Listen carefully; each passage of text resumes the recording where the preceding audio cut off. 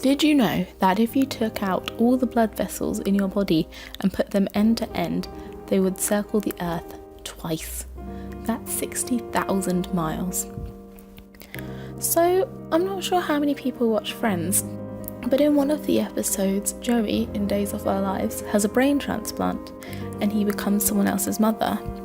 Now, how feasible this is in real life is questionable, but something very similar that sounds like it's been pulled straight out of science fiction is right around the corner. A human head transplant. It's very real and coming to a hospital in China, hopefully by the end of 2017. It may be better to call it a body transplant, as the head is to receive a donor body, but everyone's calling it a head transplant, so that's what I'm going to be calling it as well. The man initially volunteering to undergo this pioneering surgery is called Valery Spiridonov, and he's a 30-year-old Russian man with a terminal illness. He has spinal muscular atrophy type 1. It's a genetic disease for which there's currently no cure, and it causes motor neurons to deteriorate, thus preventing movement. Though he'd been working with the surgeon for 2 years, multiple sources have reported that he is now being replaced by a currently unnamed Chinese volunteer. It could be assumed that this patient has a similar condition, but as Mother always said, assuming makes an ass out of you and me. Anyway, Sergio Canavero is the Italian surgeon who has been planning this operation for 30 years. His paper, published in 2013, describes the procedure. Heaven, the head anastomosis venture, is to be paired with Gemini, which is the severing and rejoining of the nerves and spinal cord. He will be working with Dr. Ren, another surgeon, and a whole team of medical professionals.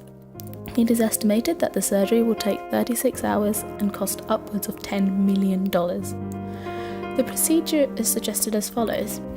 The recipient head will be subjected to profound hypothermia, being cooled to 15 degrees Celsius, whilst only the brain-dead donor's spinal cord will be. Bearing in mind that the normal body temperature is 37 degrees, that's quite a bit cooler. Their heads will be carefully separated and tubes will be used to connect donor and recipient circulation. The axons and spinal cords will be joined with a type of glue called polyethylene glycol, or PEG. This encourages the fat in the membranes to stick together. Then the vessels will be sewed together, as well as the trachea, esophagus, and some of the remaining nerves. Cleverly, they're going to colour code the muscles of the donor and recipient to ensure that they are all matched up correctly. Post-operatively, the patient will remain in ICU and sedated for some time. This medically induced coma is used to promote healing. The recipient will be on lifelong immunosuppressive medication, as is the case with all transplant surgeries. The first head transplant was performed on a monkey in the 1970s.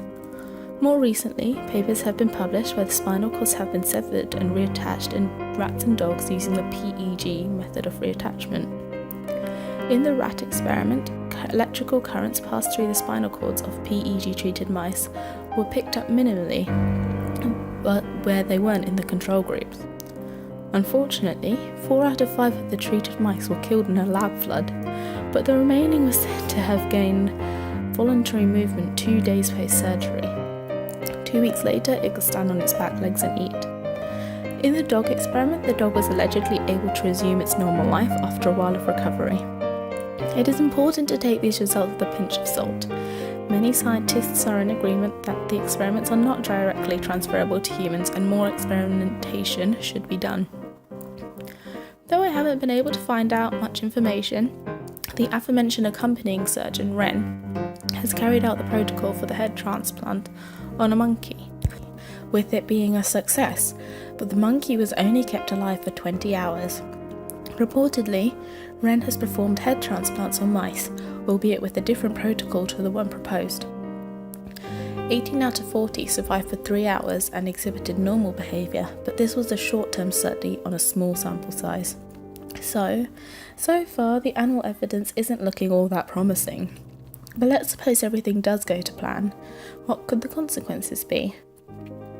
Imagine having your body for your whole life, knowing pretty much every bit of it from your eyes down to your toes. Now imagine that that's your same face in the mirror, but everything below your neck is completely different. It would be strange to say the least. Additionally, who thinks that they're just their brain? It's a pretty crazy thing to think about, but cognitive neuroscience shows that our brain is a very real component of our formation of ourselves. How would the new body incorporate into our pre-existing views of our body? Another particularly interesting point is that if the recipient is able to reproduce, the reproductive organs are not their own, and the offspring would be that of a brain-dead donor. What might the impact be on the children? And what about the legalities of this? On a more positive note, if it does work, this has the potential to help many people, including those who are paralysed. So that rounds this video up. Let me know what you think of this somewhat Frankensteinian-esque surgery. Just a quick little disclaimer, I've tried to keep everything as accurate as I can, and where I could access them reading original papers. So I apologise if I've got anything wrong, and please let me know about it. I'm going to be following the story if it does happen in December 2017. But anyway, if you want to read a bit more about it, I'll link all my sources in the description. So thanks for watching, and hopefully I'll see you in my next video.